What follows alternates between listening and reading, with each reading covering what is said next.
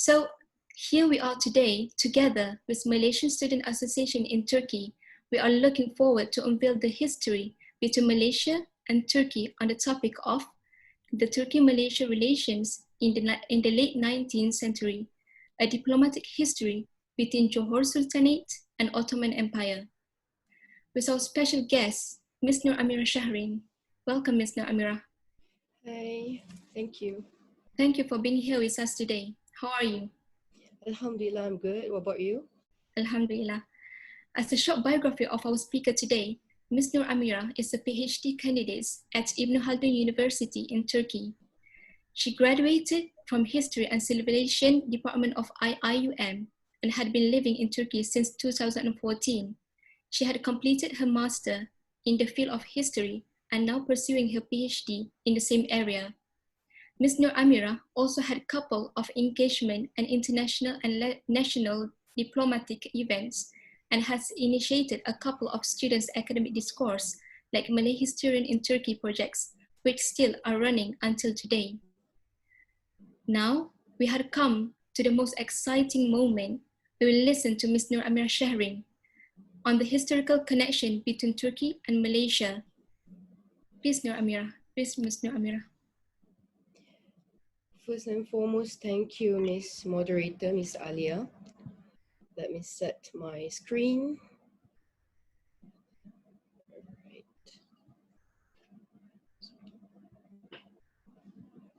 Right. Okay, first and foremost, I would like to thank Yunus Emre Institute for this opportunity to deliver the topic as entitled, which is Turkey-Malaysia Relations in the late 19th century, a diplomatic history between the Johore Sultanate and the Ottoman Empire. Bismillahirrahmanirrahim, Assalamu alaikum, greetings and merhaba. So, as per se, with the topic, to be exact, this particular topic is actually my master degree thesis that I have submitted around this month, this time last year. And the topic that I have presented during that time is the relationship between the Sultanate of Johore and the Ottoman Empire, focusing on the 19th century timeline. So first and foremost, before I go through deeper into the discussion and also the presentation, I would like to touch on the division of presentation that I'm gonna do today. Firstly, I'm gonna do a brief introduction with regard to this Ottoman-Malay War relation, especially on Johore and also the Ottoman Empire. Secondly, I'm gonna go through the most important part, which is the visits of Sultan Abu Bakar of Johore to the Ottoman Empire in 1893. And the third is on the impact of the visits of Sultan Abu Bakar to Istanbul. And the last section is the marriage as a diplomatic relation between the two countries. So basically on the first part of the discussion, I always receive questions even during my research time on how did the relationship between the Sultanate of Johore and the Ottoman Empire existed. Is it possible, within the distance and the length? It's rather sound impossible for it to happen. So among the question rises with regard to this topic is, do the relations with the Ottoman Empire have influence over the Sultanate of Johore? Does marriage act as a political tool to conform the relation between the Ottoman Empire and the Sultanate of Johore? Why I highlight on marriage, later on we're going to touch on this because this is one of the parts, or one of the what I call this, the reason or the building statement of the relationship between the two.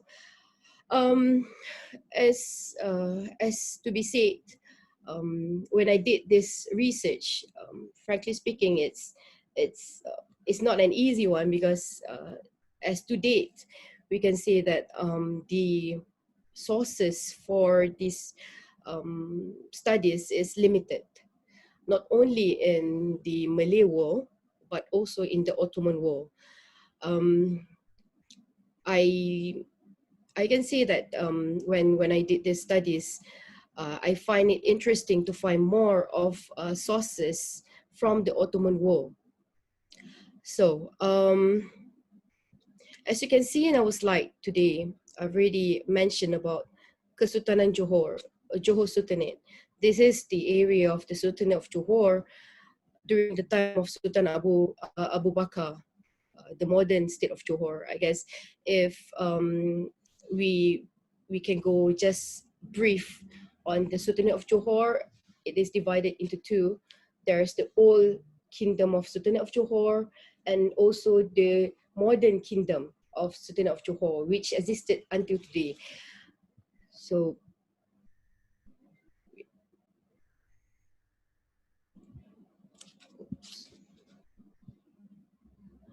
sorry, I don't know why it doesn't go to the next slide. Okay.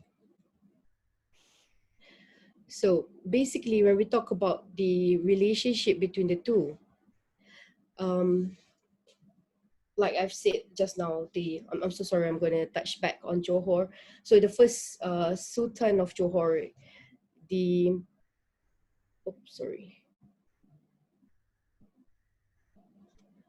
first Sultan of Johor, modern Johor in this context, Sultan Abu Bakar was known for his visit to the European nation and to Middle East. Visits were made to establish, most of the time, diplomatic relations and to study how those countries rule.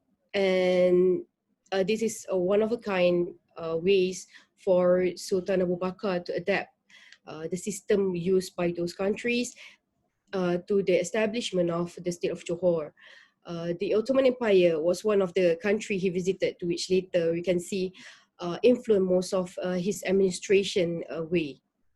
So according to Haji Shaharam Hussein, who wrote that from the reign of Sultan Abu Bakar until his son Sultan Ibrahim, the relationship between the Ottoman Empire and the Sultanate of Johor took place in from 1885 to 1922. And there's lots of claim made by historian on the visits of Sultan Abu Bakar to Istanbul. And it was said that Sultan Abu Bakar have visited Istanbul 3 times, which is in 1866, 1879, and 1893. Like I've said just now, one of the section for this presentation is going to cover on the visits of Sultan Abu Bakar in 1893. Because from my research, I found the record in a few number of records in the Ottoman State Archive on the visits of Sultan Abu Bakar to Istanbul in 1893. Up to this date, the first contact between the Ottoman Empire and the Johor Sultanate was not clear. But I concluded into 2 possibilities. The first is the relationship might have occurred or started during the visits of Sultan of Johor to Istanbul, which is Sultan Abu Bakar. And secondly, the role played by Syed Muhammad As-Sagaf in building the relationship between the 2 sultanates. As you can see in the screen right now, I'm sharing the picture of Syed Muhammad As-Sagaf. He's one of the prominent or the leading person in connecting Sultan Abu Bakar and the Ottoman Empire. So we can see that Syed Muhammad As-Sagaf, he was born and raised in Singapore in 1836. His family has a Sagaf company, which was established in 1848, where his family mainly have doing trades with international trades in between Singapore and the rest of the world. And he was also was once elected as the diplomat of Turkey to Singapore in 1880. And like I've said just now, he's like the important figures who connect Sultan Abu Bakar and Sultan Abdul Hamid II. And I'm going now straight to Sultan Abu Bakar visits to Istanbul. What we can see, what I have seen from the visits of Sultan Abu Bakar to Istanbul, is one of it is as shared in the screen. This is actually the letters of information. Oh, sorry. On the coming of Sultan Abu Bakar to Istanbul.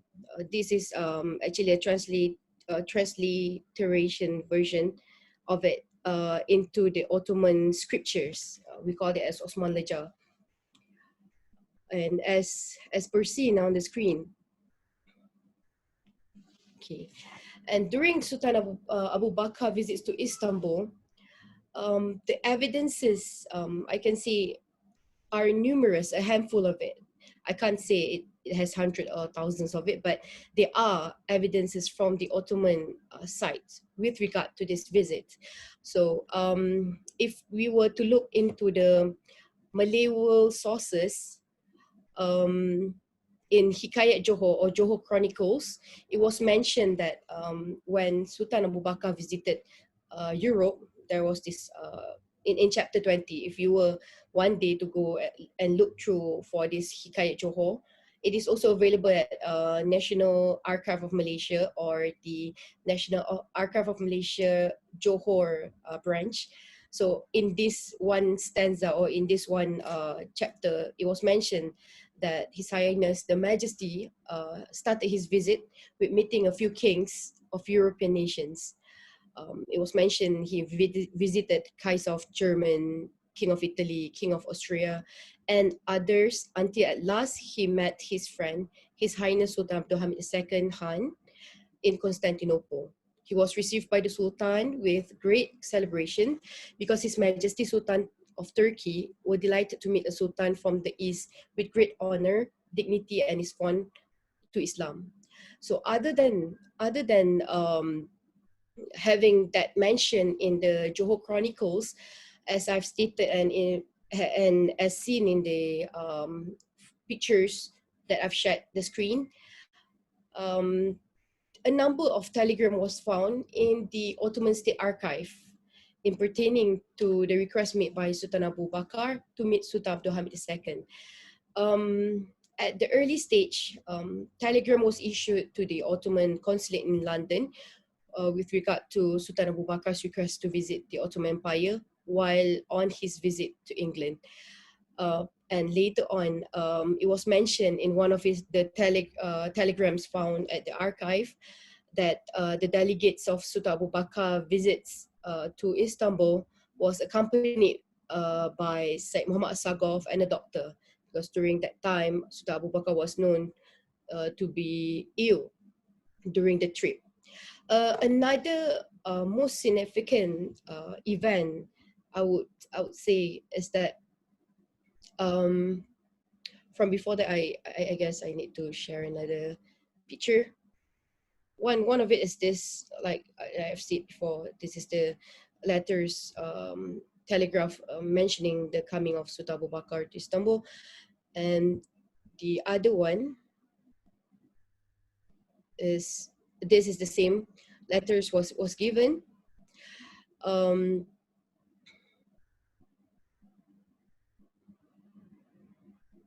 yeah, okay. Later on, if we were to look into the evidences of these visits, sometimes people are questioning on what most probably the Sultan are doing when he come or when he visited a place. So from one of the documents found at the archive under Yıldız Sarayı Hariciye Nizareti Maruzati collections, it was recorded that after Sultan Abu Bakar visited the Imperial Treasure, which is located around the Topkapı Palace, he went to the Blue Mosque to read Quran and was very grateful with the acceptance to Istanbul, and was also given a mushaf of Al-Quran from the Imam, from the Sultan Ahmad Jami. So we can see that these are part of the event that took place during his visit, and it was recorded. And the same thing was those points that I have mentioned. I have yet to find it back in Malaysia, but it was mentioned in one of the archival document stated under the Yildiz Palace collection. So another significant event that happens when Sultan Abu Bakar was in Istanbul is that he was conferred with an insignia called Nishani Usmaniye, which is the first degree of the Ottoman order by Sultan Abdul Hamid II in Yildiz Palace. And towards more extent is that this particular insignia is one of a kind presented to Sultan Abu Bakar, and also it was not only conferred to Sultan Abu Bakar, but it was also given to his delegates. His delegates was given second degree and third degree of the Ottoman order. Same goes to Said Muhammad Asagov, because I remember I met one of the descendants of Said Muhammad Asagov. He mentioned that he still have the second degree, if I'm not mistaken, of the insignia given by Sultan Abdul Hamid II, owned by his great grandfather in his possession. I'm sorry. Okay. Later on, there's another event that happens. Like I need to show. I'm sorry. I need to show the. I'm going to show the picture of the Nishani Usmaniye. So this is the Nishani Usmaniye, which was given. This is not the real picture of it, as per date. This is how it looks like, and to be exact, the same. Upon the death of Sultan Abu Bakar, it was sent back to Istanbul, and then later again it was conferred to Sultan Ibrahim, the son of Sultan Abu Bakar, the same insignia, and it still lasted in the possession of the Johore Sultanate up till today. Because after the fall of Ottoman Empire in 1923, it was not given back because the end of the empire. So yeah. Okay. All right.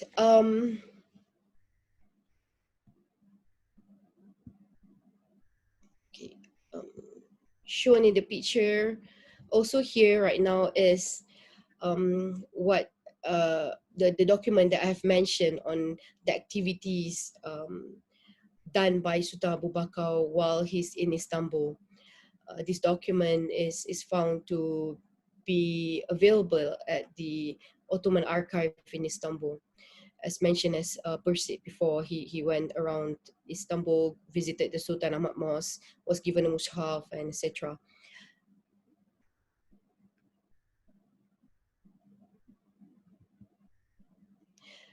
And then furthermore,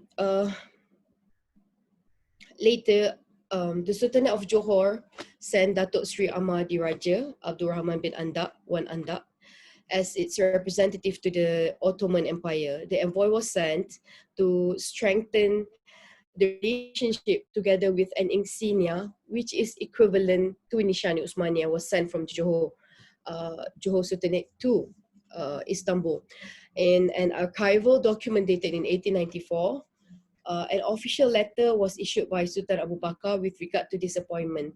And the content of the letter was mentioning on as such, greetings, whereas it is our intention to invite to become honorary members of the several classes of our most esteemed family order and of our most honorable order of the Crown of Johore, respectively certain illustrious prince and high officials at and about the court of His Majesty the Sultan of Turkey. So the same insignia was sent by Abdul Rahman, Datuk Sri Ahmadi Raja to the Ottoman Empire as a symbol of friendship and esteem between the two.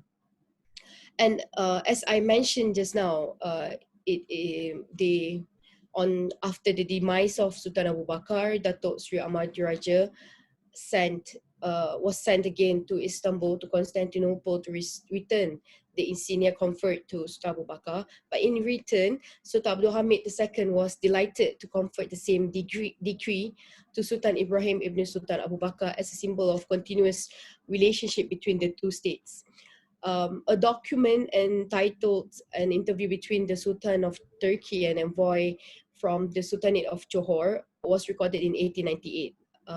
The document mentioned that the Sultan expressed his regret at the demise of the former Sultan of Johore, whom he had seen some years ago, and his congratulations to the present ruler, which is Sultan Ibrahim at that time, and his wishes for a successful reign and long life.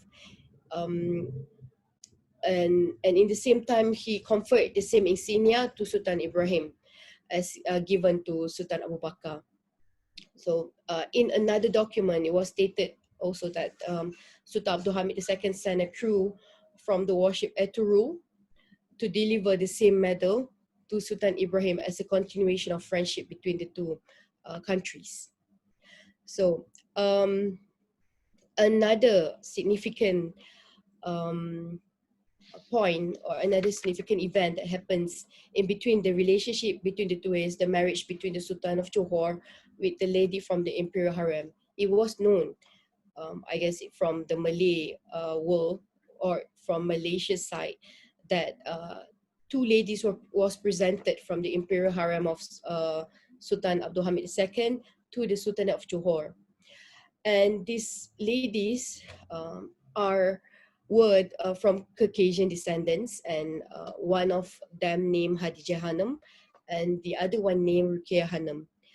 To this date, there is no archival record on the marriage of both ladies to the Royal Court of Johore, but during my research for my master thesis, what I did is I had an interview with the descendants from one of the lady as an evidence to the marriage that has occurred. So, and now I'm going into my second, not second, this is really third, I'm sorry, correct me if I'm wrong. The third part of my presentation, which is the impact of the visits of Sultan Abu Bakar to Istanbul in 1893. So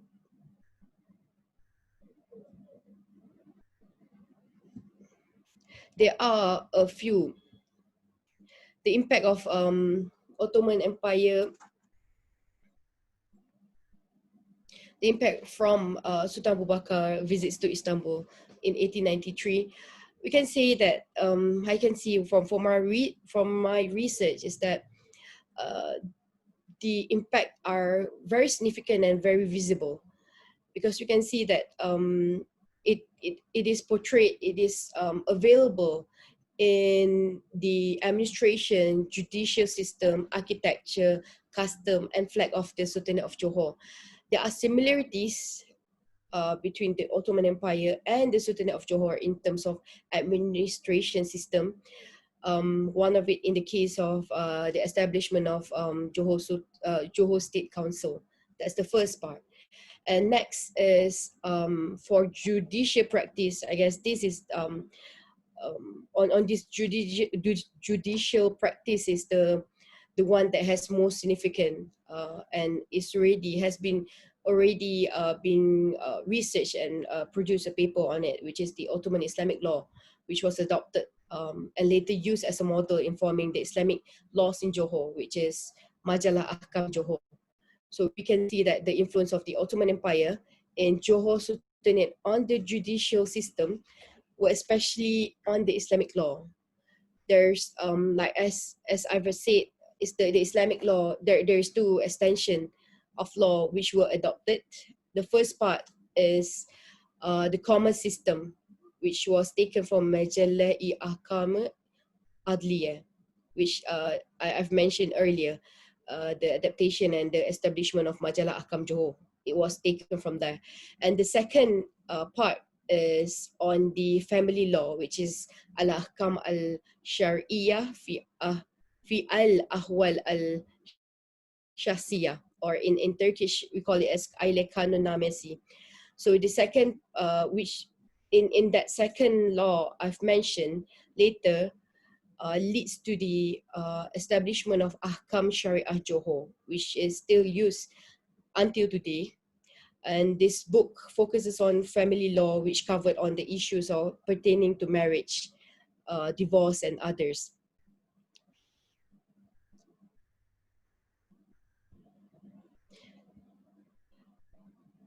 So I guess other than I keep on splitting things out, I should show some pictures. And as you can see on the screen right now, I'm sharing on this is the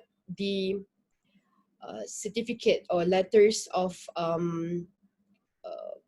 appointment for Datuk Sri Ahmad Raja Abdurrahman Andak as a representative of Johor to Constantinople. And this particular letters, which is around 3 to 4 pages, if I'm not mistaken, is available at the Ottoman archive. And in here also, it was mentioned that the comfort, the Sultanate of Johor sent insignia to Ottoman Empire as a reply to the Nishani Osmania, which was conferred to the Johor Sultanate during the visit of Sultan Abu Bakar to Istanbul. And another important another significant impact that we can see, which is visible in Johor in terms of architecture. We can see that the architecture, the structure and interior design of the mosque, government building and palaces in Johor were inspired from those in the Ottoman Empire. Another most significant one is the flag of Johor, which we can see up till today still using the crescent moon and star from the Ottoman flag. Same goes to the color.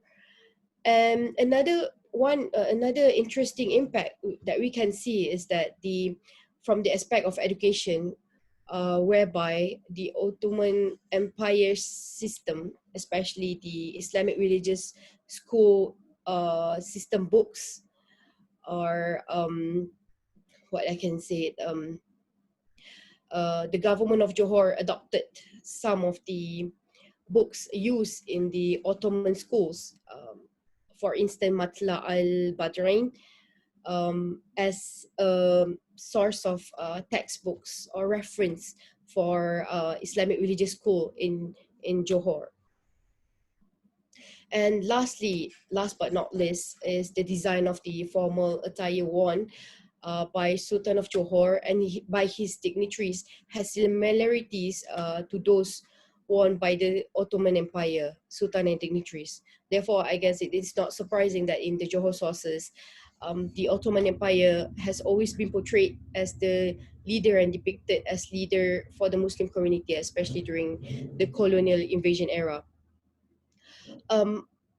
As I've said, this topic, it should be on the 19th century relation, but I would like to stretch a little bit more into the 20th century relations, because we can see that the significance of the relations between the two, it goes beyond it. Although the fall of Ottoman Empire occurs, but the spirits and the ideology continues until the Second World War in the Malay world.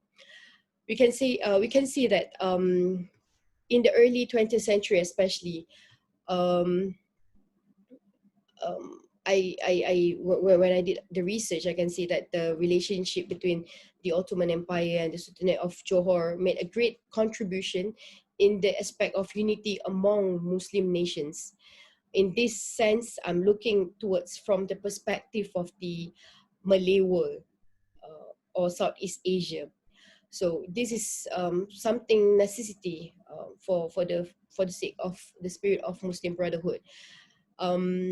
One of the most significant event that happened during that time is the pan-Islamism ideology spread across the Muslim world. And this idea of pan-Islamism has started to spread outside of the Ottoman Empire towards those other countries, as in, and Malay world are, and Johore by itself are affected with it. And one of the significant things that we can see um, from this pan-Islamism ideology spread from Sultan Abdul Hamid II to the Malay world, this is we can see that during the prayers, Friday prayer sermon in Johore, it was mentioned that the name of Sultan Abdul Hamid II was mentioned during the prayers. After the sermon, during the prayers, it was mentioned in the sermons until the fall of Ottoman Empire. And there is document from the Ottoman archive with regard to it. As it is mentioned also that the Islamic State, which located near to Singapore, is mentioning the name of Sultan Abdul Hamid II until the fall of Ottoman Empire in 1923. Other than that, we can see that the relationship between the two, we can see that during the relationship between Ottoman Empire and the Sultanate of Johore in the 19th and 20th century has one element of empathy portrayed by both states towards one another. For instance, in this case that I can say is that following the death of Sultan Abu Bakar, the Ottoman Sultan sent a decree to Ottoman Consul in London to assist the Sultan and regards this help as obligation, fardu kifayah. On the other hand, during the Balkan War in 1913-1914, that has occurred, the people of Malay world, including Johore, sent monetary help to assist the wounded armies and the people who were affected by the war. One of the example of it, and it still existed, the document in the Ottoman archive, is that from the district of Muar. Muar is located in under the Sultanate of Johore. They sent a total sum of 89 guineas to 10 shillings for those who were in need of help during the Balkan War. So on the third section, which is the impact of the visits I've covered, and now I'm going straight to the fourth section, which is the marriage as diplomatic relation or diplomatic tools between two countries. So basically, when we talk about marriage, it's something that is very known in Malaysia with regard to this relation. And as seen in the slide shared, is Sultanah Khadijah. So I'll go through it. I'll go through it soon.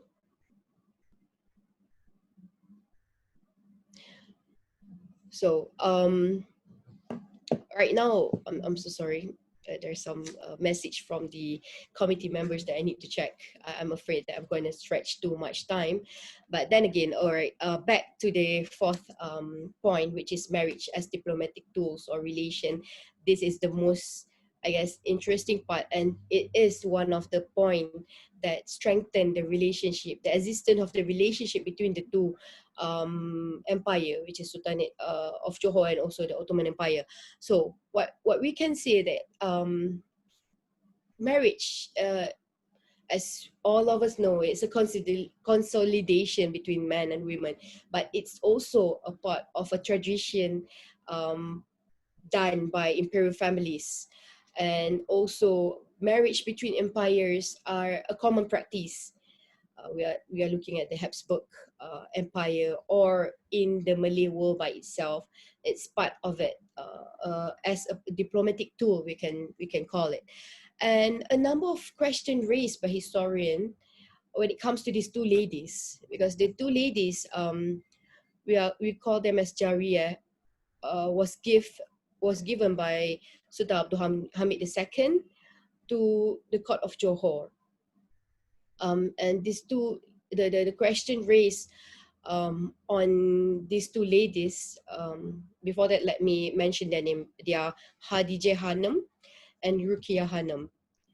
Hanum means ladies in English. And in Malaysia by itself, I'm just going to touch a bit. We also have such a calling too, which is called as Hanum or Hanim. It could be related. I have yet to make any research on that, but it's kind of interesting to look into lexicography later. So back to Hadijah and Rukiya Hanum. Some made claims that the ladies were of Turkish origin, and another group argued that they were not from Turkish origin. So, moreover, the coming of the ladies sparked question on whether they were given mission to be completed in Johore, or they just act as a symbol of unification between two states. Like I've said, the diplomatic relation or symbol between two states. So, but one thing that can be highlighted is that the descendants from this marriage, especially the marriage of Ruqayyah Hanum, is seen very significant, as in the descendants from that marriage, from the marriage of Ruqayyah Hanum, became an important figures and contributes to the success of modern day Malaysia. So, as I have mentioned earlier, Hadijah Hanum and Ruqayyah Hanum both are Caucasian origins. And according to Unko Abdul Aziz, Professor Unko Abdul Aziz, I'm sorry, her grandmother, Ruqayyah Hanum, originated from Abkhazia, which is located in east side of like region of Turkey. This is just a little bit of information on where exactly these ladies came from. So another descendant claimed that Ruqayyah Hanum came from Tbilisi, Georgia, but both are located in modern day Georgia. And during that time, those two states are under the Ottoman Empire. So the conclusion that I have draw about the origin of these ladies is that both ladies were Turkish by nationality, but Caucasian by ethnicity.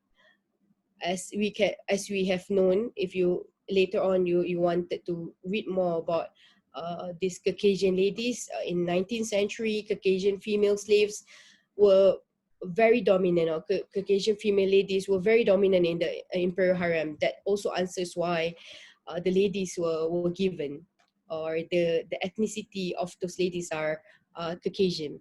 So I also draw two hypotheses with regard to the question of these two ladies, the marriage between the two ladies to the court of Johore.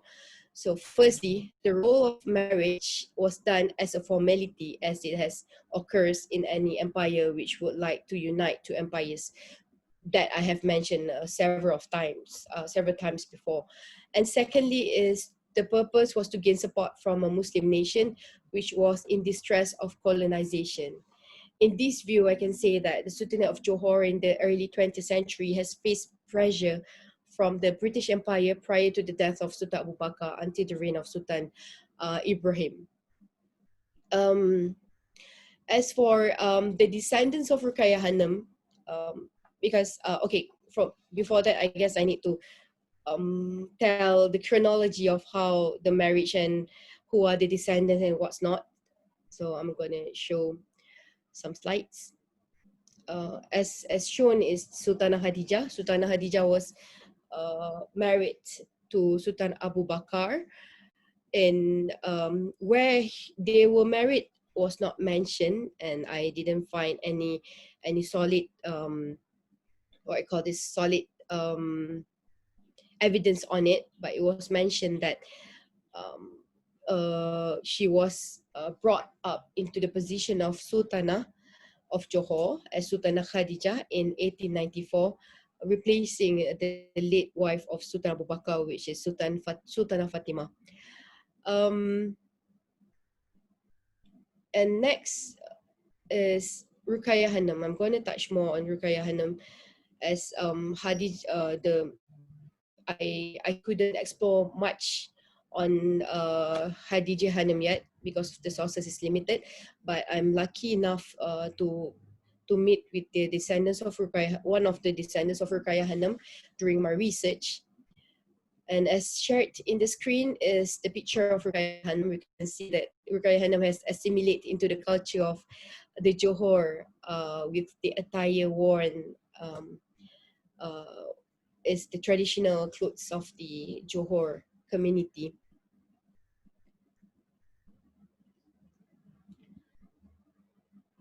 All right, next. Okay, this particular newspaper cut was found and was done in 2007 on the legacy of Ruqayyah Hanum. We can see this is like a simplified version. I guess later on you can also try to Google it up, or you can I will share it with Yunus Emre Institute on this, but normally you can just find it online. I have a more complicated, not complicated, more details what I call this chart of this family as the family members have shared to me for my research purpose. So this is the simplified version of it. We can see that upon arrival to Johor, Ruqayyah Hanum was married off to the brother of Sultan Abu Bakar, which is Uncle Abdul Majid, and she gave birth to two sons. The first one is Uncle Abdul Hamid, and the second one is Uncle Abdul Aziz. And later on, from there come from there come the what I call this the descendants of Prof. Diraja Uncle Abdul Aziz. But later on, Uncle Abdul Majid passed away, and she got married for the second time to Syed Abdullah Syed Muhsin Al-Atas, and she gave birth to Syed Ali Al-Atas. And later she got divorced with Syed Abdullah. She was married again the third time to Datuk Jaafar Haji Muhammad, which is the first minister of Johor, chief minister of Johor. And from these descendants, we can see up till today we have Hishamuddin Hussein, which is Malaysia Foreign Affairs, Minister of Foreign Affairs. Let me pause it there. So we can see that from another significant thing about Ruqayyah Hanum is that her descendants are brilliant and bright individual. They are academicians, economists, to politicians. She was blessed in total with 11 kids from her 3 marriage, and the descendants from the first marriage, as I've mentioned, is Prof. Unku Aziz up till today that we can know. And then the second one, the significant figures that we can we knew is that Syed Nakib Al-Atas, Prof. Syed Nakib Al-Atas, and Prof. Syed Hussein Al-Atas. The third marriage from Datuk Jaafar, there's Hussein On, there's On Jaafar, Hussein On, and now it's Shamuddin Hussein. And another interesting findings that I found is that Ruqayyah Hanum, she named her sons from the first marriage, which is Uncle Abdul Hamid and Uncle Abdul Aziz, as to show respect and devotion towards the Ottoman Empire. And another thing is that the name Ruqayyah, or in Malay, normally we call as either Rogaya or Ruqayyah or Ruqayyah, is it was present in each generation of her third marriage until today. So I guess that's another what I can say is that like an interesting fact about Ruqayyah Hanum. And I guess that's all for my presentation for now. And let me just share a little bit more of pictures before we can move into next session. If I'm mistaken, it's Q&A. Right, Alia? Thank you very much, Miss Nuramirah Shahrin, for the eye-opening sharing. The fact is so interesting, but we have to jog a little bit. So let's move to the Q&A session. There's a couple of questions in my hand right now. So the first question is, what is your real opinion and concern of Sultan Abu Bakr towards Ottoman Empire on that time? Okay. Thank you for the question, Alia. So the real concern, I guess, is more towards Islamic Brotherhood. Because at that time, prior to 19th century, we can see the rise of this rebellion towards the Ottoman Empire, and also colonialism has been really what I call this vigorous in going through the states, especially within the Ottoman Empire and also within the Malay world, especially in Malaya and Johore. So Islamic Brotherhood is something that is upholding the relationship between the two at that time. Okay, thank you. So the second question is that, how do you find the data and resources in Malaysia archive in order to understand this historical relation? Is it sufficient? Does the material sufficient for you? Okay. With regards to the data, I guess I've already mentioned several times on the data or the what I call this the sources that I've used for my research, for my master degree research, which is the Ottoman Archive. Primary sources from the Ottoman Archive and also from the Malaysian Archive. Another prominent reference that I use is that the oral sources, especially on the topics with regard to the Ruqyah Hanam, the fourth mentioned section just now. But up till today, that I can say that it's very, very limited when it comes to the Malaysian archive, because the sources is up till none. What I found is just several, but it has already been used by previous researcher. But the light given to me came from the Ottoman Empire, as in they have lots of sources that are yet to be used by the people from the Malay world. So it's something that shed lights for the researcher in the future, if there are, and I believe there's a lot of researcher that wanted to do on this topic. So you can try to look at another what I call this, because normally we look into Orientalist sources on issues pertaining to relations. Why not to start looking from the Ottoman sources, from the Ottomanist perspective?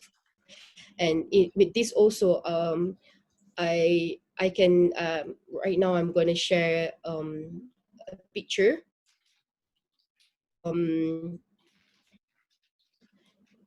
which is dated somewhere in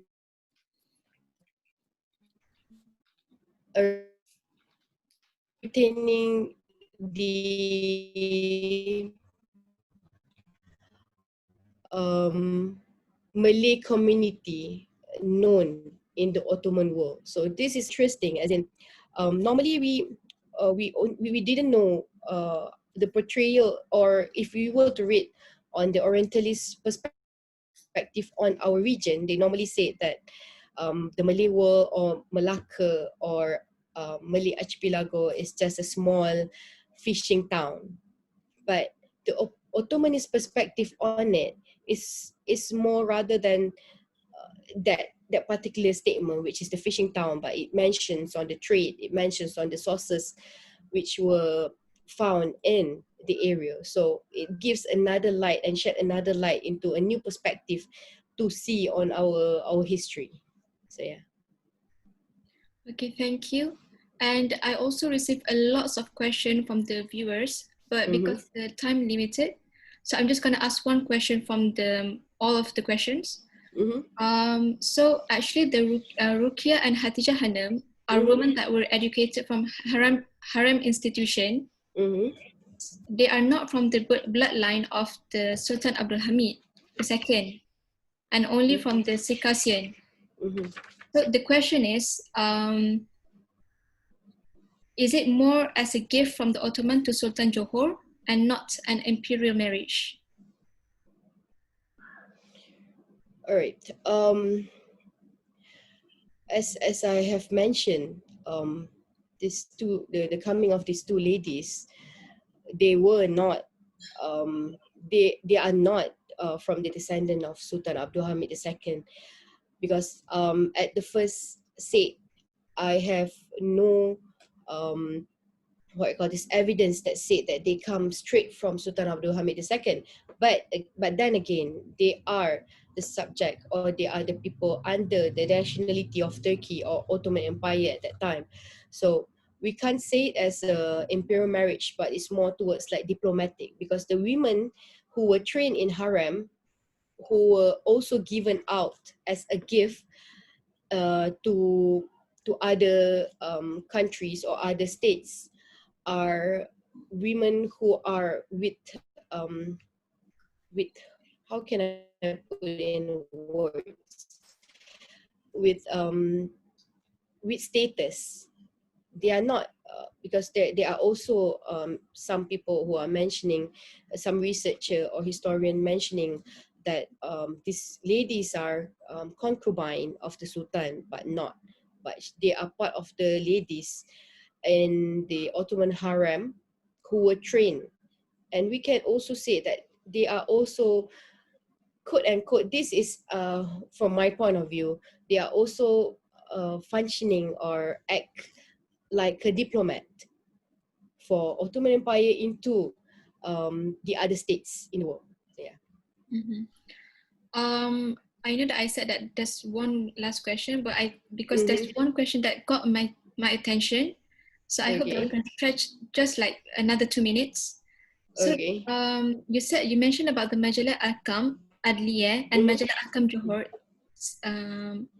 Are they do they have similarity in all aspects? Because how the school of the Ottoman, because we all know that Ottoman used the Hanafi jurisprudence, and Malaysia, Johor, we use the Shafi'i jurisprudence. So how can it be constructed into Majalah Ahkam Johor? All right, thank you for the question. With regard to Majalah Ahkam Al-Adliya and Majalah Ahkam Johor, the adaptation is in terms of the contents. That is why when they adopt Majalah Ahkam, the concern on the mazhab is there, but that is where they brought it and changed it into the what I call this something which suits the locals. That's why there's Majalah Ahkam Johor. So in terms of we can say that because Majalah Ahkam Al-Adliyah, it's more towards the civil court, civil what I call this civil part of it. It doesn't have I cannot just simply say it, but yeah, it's more towards like I've said, it's a commerce law. So it's not something which is has content of Islamic in constraint in it. So with the issues which is how it was suited back, that's why after it was introduced into Johor, it was adapted and changed into Majalah Ahkam Johor according to the locals what I call this locals preferences. And to be exact, Majalah Ahkam Johor was adopted and also was started use during the reign of Sultan Ibrahim. Good. Okay, one more question, because I got this from the committee. So actually, what is the reaction of British Empire during the development of Ottoman-Johor relationship?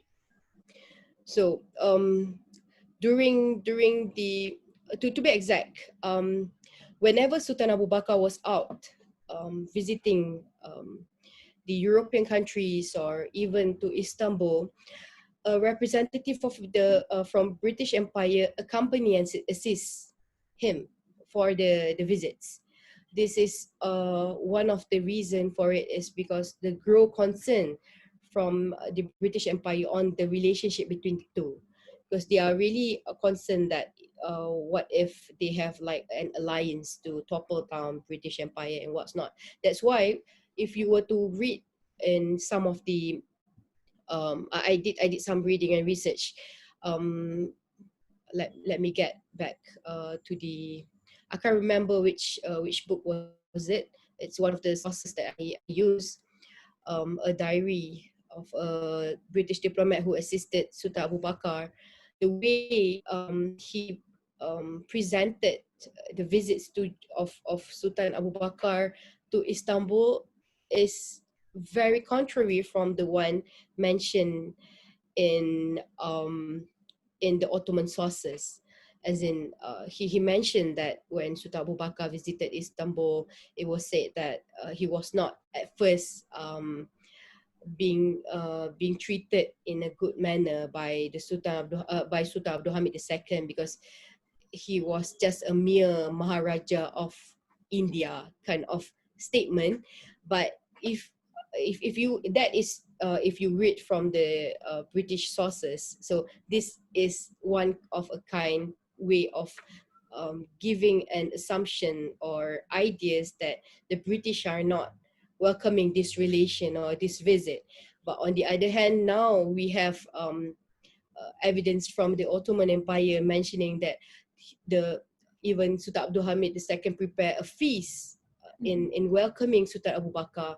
He conferred an insignia as a proof of relationship between the two. So we can see like how the differences, how the relationship is being, I guess, from the British point of view, is a threat for them if the two of them has a very strong relationship between each other, with one another. Sorry.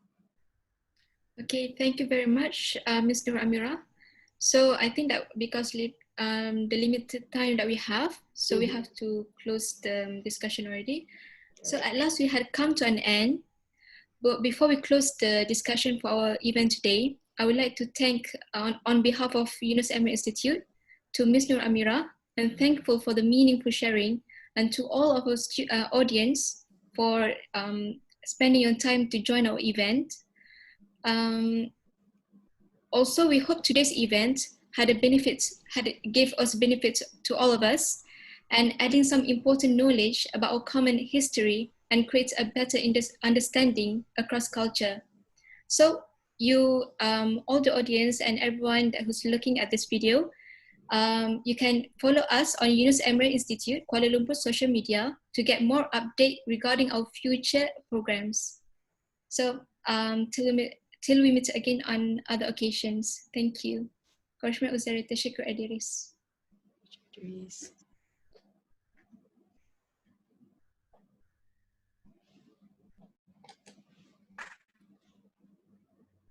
Nabila.